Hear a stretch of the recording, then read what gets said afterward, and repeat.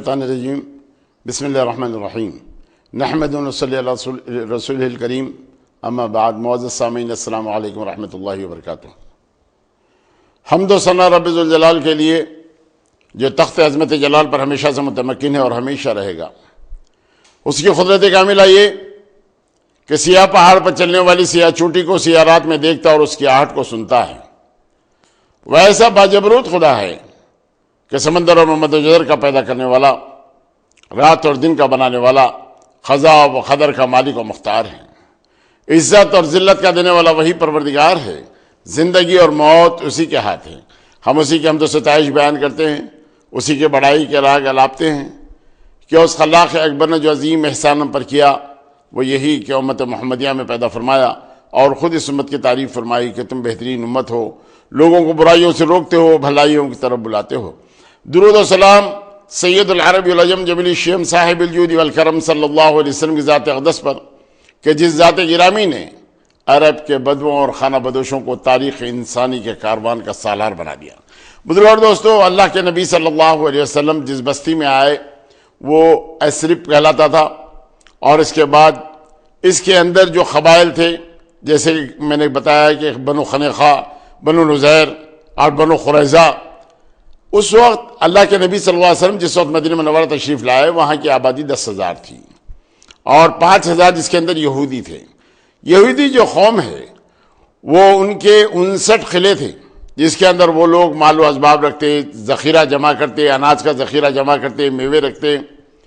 اس انداز سے جب اس کے دام بڑھا دیتے اور دام بڑھانے کے بعد اس کو فروخت کرتے، اور ان عربوں کو جو اوس و خزرج کے دونوں قبائل میں تھے ان کو اس وقت مال پیسہ دیتے جب وہ بویائی کا کام کرتے، اور پھر جب فصل آ جاتی تو بہت زیادہ پیسے لے لے کر بہت سستے دام میں ان سے خرید کر اپنے گوداموں میں محفوظ کر لیتے تھے۔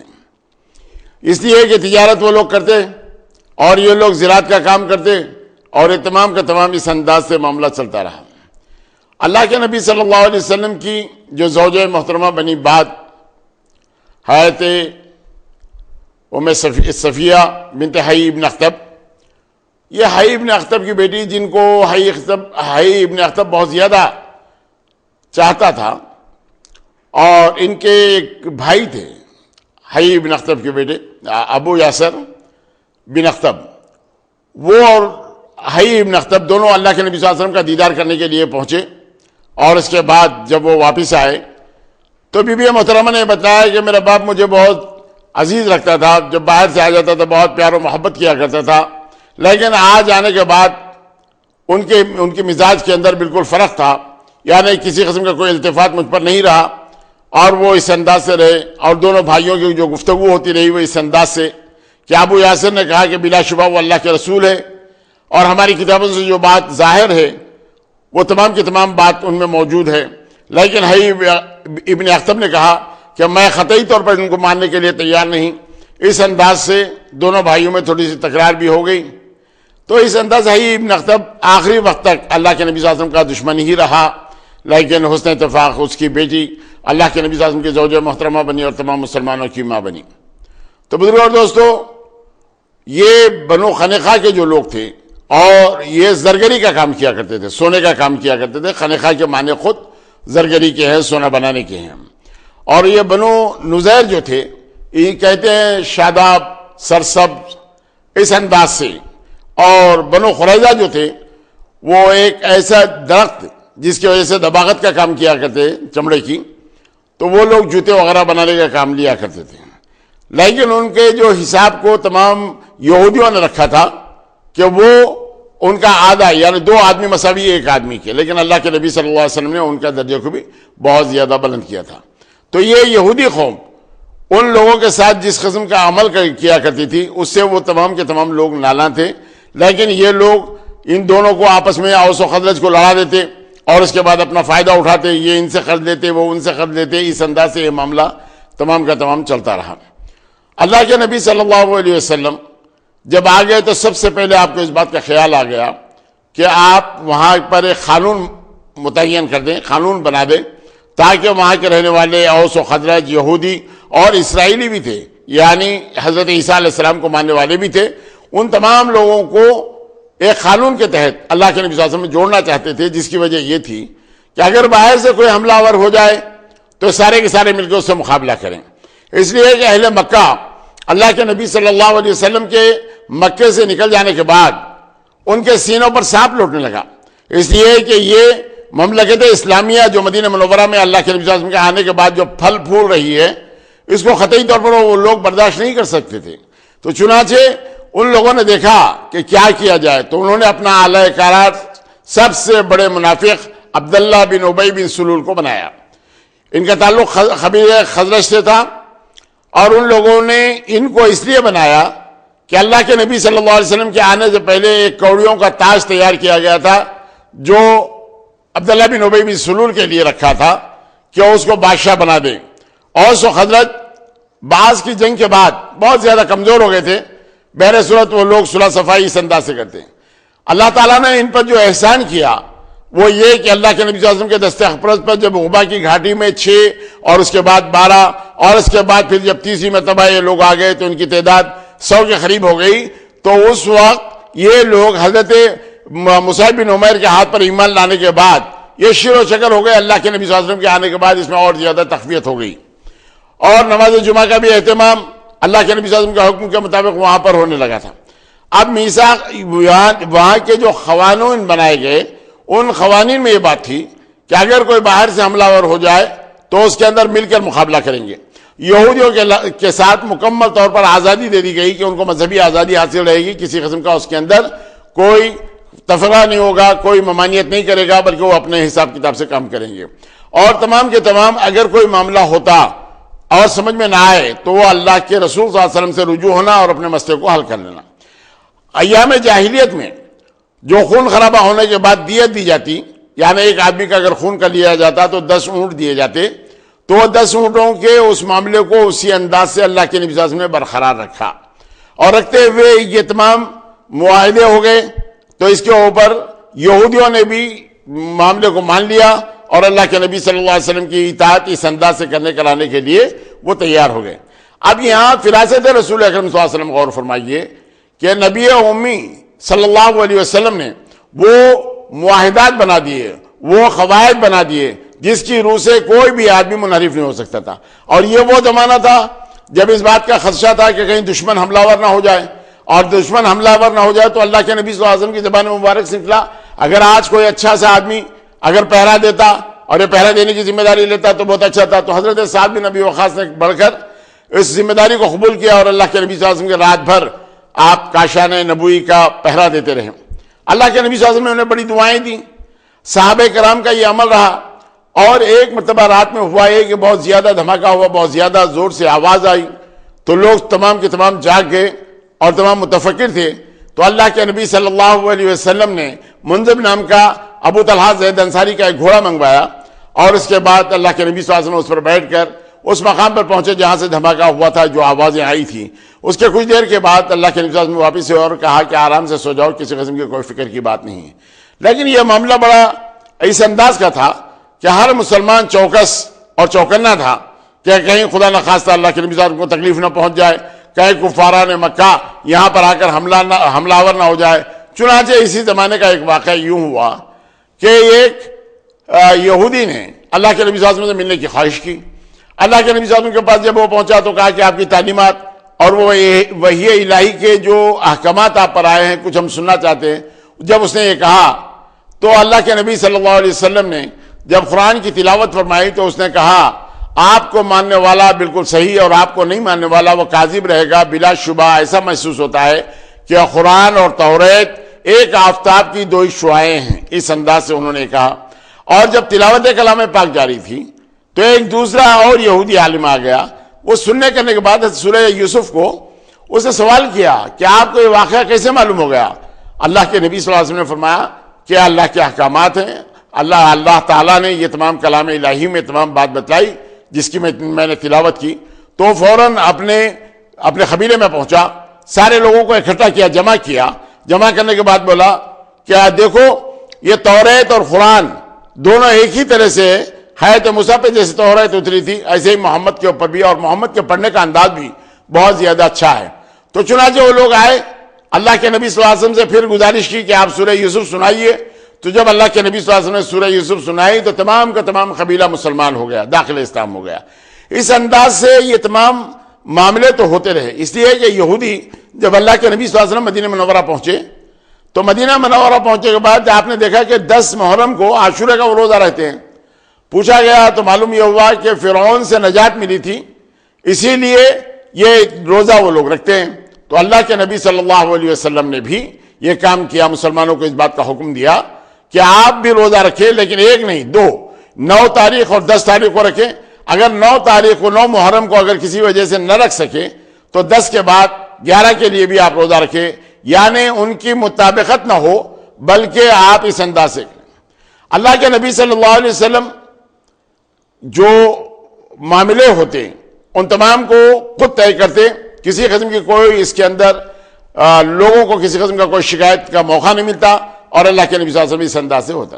اب معاملہ یہ ہوگا, حضرت سعد بن معاذ رضی اللہ تعالیٰ عنہ پہنچے, قبیلہ بنو عبد الاشر کے سردار ہیں. جب مکہ پہنچے تو وہاں پر امیہ بن خلف جو قبیلہ بنو جمح کا سردار تھا اس کے پاس یہ قیام فرماتے. امیہ بن خلف جب مدینہ یعنی یثرب آتا تو اس وقت حضرت سعد بن معاذ کے ہاں ہی قیام کرتا. یعنی اس زمانے میں ہوتا ہے تھا, ایک قبیلے والا جب دوسرے مقام پر پہنچتا تو کسی کی پناہ میں رہتا تاکہ لوگ کسی قسم کا نقصان نہ پہنچائیں. اب یہاں معاملہ یہ ہوا کہ حضرت سعد بن معاذ آئے, خانہ کعبہ کی زیارت کے لیے, عمرہ کرنے کے لیے گئے ہوئے تھے. تو وہاں پر ابو جہل نے آ کر روڑے اٹکا دیا. اس نے کہا کہ اے امیہ بن خلف, اگر یہ تمہارے ساتھ نہ ہوتے تو میں انہیں خانہ کعبہ کی زیارت کرنے سے نہیں روکتا, یعنی ان کو روکتا, ان کو ہونے نہیں دیتا.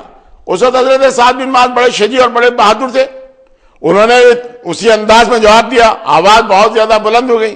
امیہ بن خلف کہنے لگا ذرا آواز دبائیے, آواز دبائیے. تو بڑے جوش اور جذبے کے اندر کہا, میں نے مقبل ساجد صلی اللہ علیہ وسلم سے سنا ہے کہ وہ لوگ جو تم جن کو نکال دیے ہو وہ تمہیں ختم کریں گے. تو کہا کہ کیا یہاں آ کر؟ تو پتا نہیں, یہاں آ کر وہ بات مجھے معلوم نہیں. اس انداز سے حضرت سعد بن معاذ نے کہا. اور ابو جہل کو آپ نے ڈراتے ہوئے بات کہی, اے عمر بن ہشام, اگر تم ہمیں خانہ کعبہ کی زیارت سے روکو گے تو تمہارا کوئی قافلہ ملک شام جا نہیں سکے گا, اس کا راستہ ہم کاٹ کے رکھ دیں گے. حضرت سعد بن معاذ بڑے شجاع اور بڑے بہادر تھے, انہوں نے اس انداز سے جواب دیا.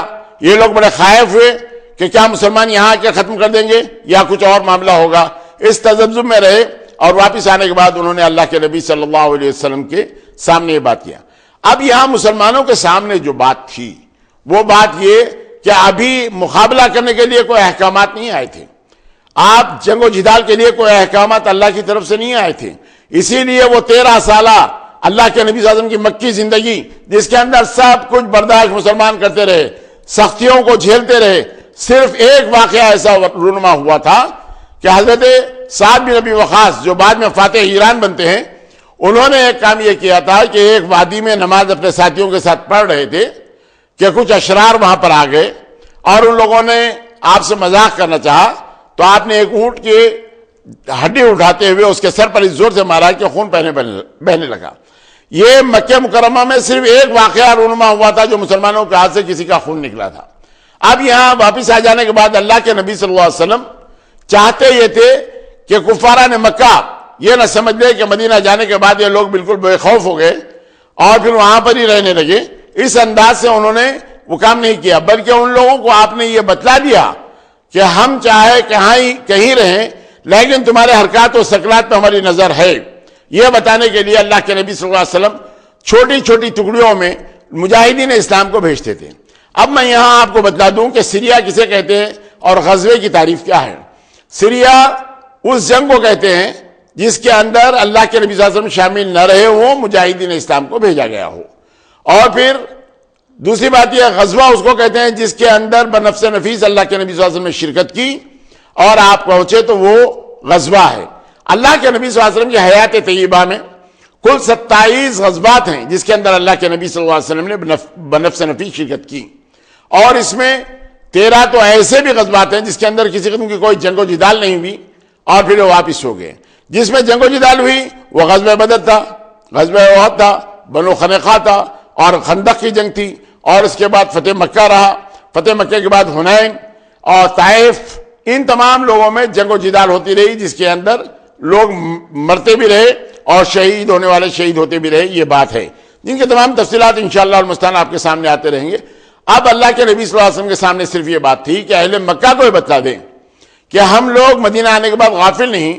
چنانچہ حضرت حمزہ بن عبد المطلب جو آپ کے چچا ہیں ان کو بلا کر اللہ کے نبی صلی اللہ علیہ وسلم نے 31 آدمیوں کی ٹکڑی دیتے ہوئے کہا کہ جاؤ شاہراہ پر اور وہاں پر دیکھو کیا بات ہے.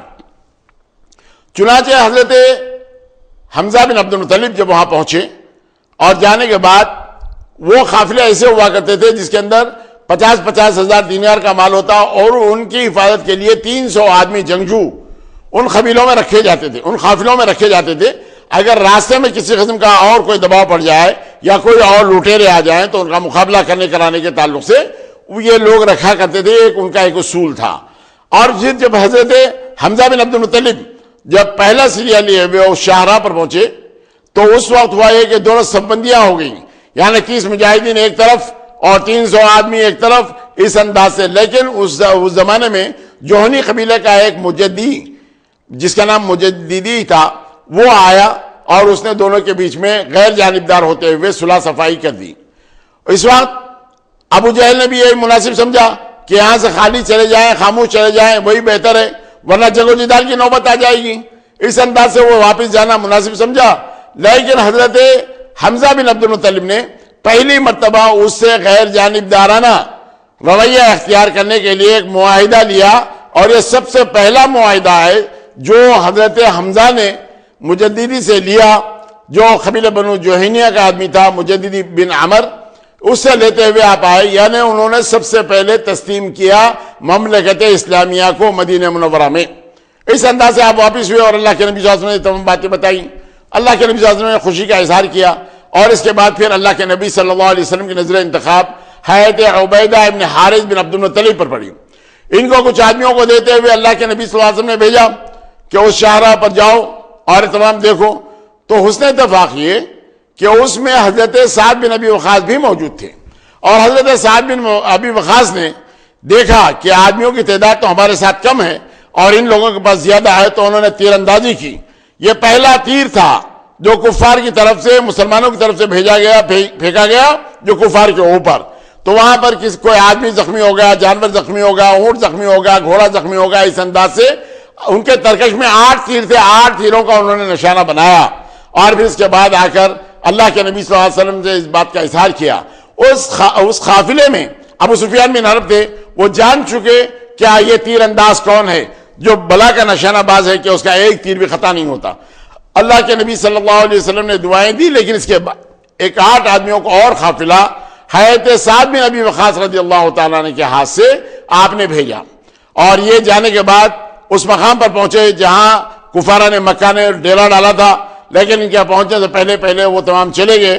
تو اللہ کے نبی صلی اللہ علیہ وسلم کے فرمان کے مطابق جہاں تک حد بندی اللہ کے نبی صلی اللہ علیہ وسلم نے فرمائی تھی وہاں تک جانے کے بعد مسلمان واپس آ گئے اور کامیابیوں کے ساتھ. لیکن ان کا یہ روکنا، راستہ روکنا، قافلوں کو روکنا اور ان کے اوپر نظر رکھنا، یہ تمام کی تمام باتیں مکے میں کھلنے لگی. کیا ہمارے اب اس وقت قافلے جو جا رہے ہیں وہ محفوظ نہیں رہ سکتے؟ ایک بات کا نشاندہی ان لوگوں پر ہو گئی. اللہ کے نبی صلی اللہ علیہ وسلم کی یہ فراست جو اہل مکہ کے تعلق سے آپ نے کی تھی وہ ایک حد تک کامیاب رہی. اللہ کے نبی صلی اللہ علیہ وسلم ابھی کسی غزوے میں ابھی آپ شریک نہیں ہوتے ہیں. یعنی مطلب اس کا یہ ہوا کہ اللہ کی طرف سے 12 صفر 2 ہجری کو احکامات آئے کہ ان سے بدلہ لو جو تم پر ظلم کرتے ہیں. تو اس کے بعد اللہ کے نبی صلی اللہ علیہ وسلم نے ان معاملوں میں شرکت کی. ابوا کے مقام پر آپ نے شرکت کی، آپ اس انداز سے آگے بڑھے. تو بزرگوں اور دوستو، یہ اللہ کے نبی صلی اللہ علیہ وسلم کا طریقہ کار رہا کہ پہلے مہاجرین کے تعلق سے آپ نے انتظام کیا کہ ان کے روزگار کا کیا بندوبست ہو سکتا ہے، ان کے رہن سہن کا کیا بندوبست ہو سکتا ہے. اور پھر معاہدات تمام یہودیوں سے آپ نے لے لیے، اور یہودیوں سے معاہدات لینے کے بعد ان کو امن و امان دیا. اگر وہ لوگ کسی قسم کا منحرف ہوئے تو پھر ان کے ساتھ انتقام لیا گیا. لیکن اس کے تمام تفصیلات آپ کے سامنے بعد انشاءاللہ المستعان غزوہ بدر کے بعد اور غزوہ احد کے سامنے آپ کے سامنے پیش کرنے کی سعادت کروں گا، جہاں ان لوگوں نے بدعہدی کی. یہ اللہ کے نبی صلی اللہ علیہ وسلم کا طریقہ کار رہا. تو بزرگوں اور دوستو، اللہ کے رسول صلی اللہ علیہ وسلم نے فرمایا کہ جس کے دونوں پاؤں گرد آلود ہو جائیں جہنم کی آگ اسے چھو نہیں سکتی۔ اور یہاں معاملہ یہ ہوا کہ برا بن مرور ایک صحابی ہیں، ان کا انتقال ہو گیا، اور جب ان کی تدفین عمل میں آ گئی تو اللہ کے نبی صلی اللہ علیہ وسلم اپنے صحابہ کے ساتھ پہنچے اور آپ نے نماز جنازہ 4 تکبیرات کے ساتھ پڑھی، جبکہ ان کی تدفین عمل میں آ چکی تھی، یعنی نماز غائبانہ اللہ کے نبی صلی اللہ علیہ وسلم نے اس انداز سے ان کی پڑھی۔ اور پھر وہ میزبان رسول اکرم صلی اللہ علیہ وسلم جن کا نام کلثوم بن ہدم ہے، وہ ان کا انتقال بھی ہوا یعنی اسی وقت، تو ان کی بھی تدفین عمل میں آئی۔ لیکن بہت سارے انصار یہ کہتے ہیں کہ برا بن مرور پہلے شخص ہیں جو بقیع کے قبرستان میں دفن کیے گئے۔ یہ مرقد بقیع اس لیے کہتے ہیں کہ وہاں کھجوروں کے درخت تھے، اور کھجوروں کے درخت تھے تو ان کو تمام کاٹ دیا گیا۔ تو لیکن مہاجرین کا یہ کہنا ہے کہ حضرت عثمان بن مظعون رضی اللہ تعالیٰ عنہ ان کو پہلے بقیع کے قبرستان میں سب سے پہلے دفن ہونے کا شرف حاصل ہوا ان کو اس انداز سے۔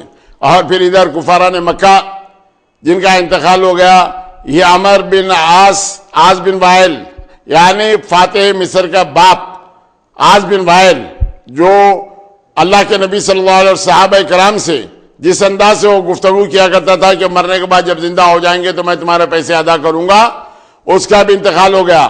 تو اللہ کی طرف سے احکامات خداوندی آئے تھے کہ اے محمد صلی اللہ علیہ وسلم آپ ان سے کہہ دیجئے کہ کیا مرنے کے بعد یہ اٹھائے نہیں جائیں گے، کیا ان کو اس بات کا یقین ہے؟ اللہ ضرور ان لوگوں کو اٹھائے گا۔ اور پھر ولید بن مغیرہ جو خالد بن ولید کے باپ ہے، یہ بھی حالت کفر میں واصل جہنم ہوئے۔ اس انداز سے یہ لوگ ختم ہوئے۔ اور یہاں پر حضرت کلثوم بن ہدم کا بھی انتقال ہو گیا، ان کی بھی تمام تدفین عمل میں لائی گئی۔ اس انداز سے مسلمانوں کا یہ معاملہ رہا کہ وہ بقیع کے قبرستان میں دفن ہونا شروع ہوئے، اور بقیع کے قبرستان بہت زیادہ وسعت لیا ہوا ہے، جن کے تعلق سے بڑی فضیلتیں آئی ہے کہ وہاں کا دفن ہونے والا جنتی ہے۔ اللہ کے نبی صلی اللہ علیہ وسلم نے جن کی تعریف اور توصیف فرمائی وہاں پر دفن ہونے کے لیے۔ آج بھی چنانچہ مسلمان بہت سارے ایسے ہیں جو چاہتے یہ ہیں کہ وہاں پر ان کی تدفین عمل میں لائی جائے تو بہت زیادہ اچھا ہے۔ تو بزرگوں اور دوستو، جب اہل مکہ نے عبداللہ بن سلول سے جو منافق اول تھا، جس کے لیے تاج بنایا جانے والا تھا، لیکن اس کے پاس جب رب پیدا کیا گیا تو یہ بتلا دیا کہ وہ لوگ جو صابی ہیں یعنی ایمان بدل کے تمہارے پاس آئے ہوئے ہیں اور تمہارے شہر والوں نے انہیں پناہ دے رکھی ہے، اگر بہتر یہ ہے کہ ان لوگوں کو وہاں سے نکال دو، اور اگر تم لوگوں نے وہاں سے نہیں نکالا تو پھر ہم تم پر چڑھائی کریں گے اور تمہاری عورتوں تک ہمارا ہاتھ پہنچے گا تو اس کو کوئی روک نہیں سکے گا۔ اس انداز سے ان لوگوں نے دھمکی دی۔ تو عبداللہ بن ابی بن سلول اپنی اس محفل کے اندر مسلمانوں کے خلاف میں، اللہ کے نبی صلی اللہ علیہ وسلم کے خلاف میں کچھ زہر پھیلانا چاہتا تھا، لیکن اس نے اتفاق اللہ کے نبی صلی اللہ علیہ وسلم اس مقام پر پہنچ گئے اور ان لوگوں سے کہا کہ آپ لڑیں گے تو کس سے لڑیں گے؟ کیا اپنے آپس میں لڑیں گے آپ لوگ؟ ہاں، اگر کوئی باہر سے لوگ آ جائے تو اسے مقابلہ کرنے کے لیے تمام تیار رہیے۔ کیا اپنے بھائی بندوں سے لڑنے کے لیے آپ مناسب سمجھتے ہیں؟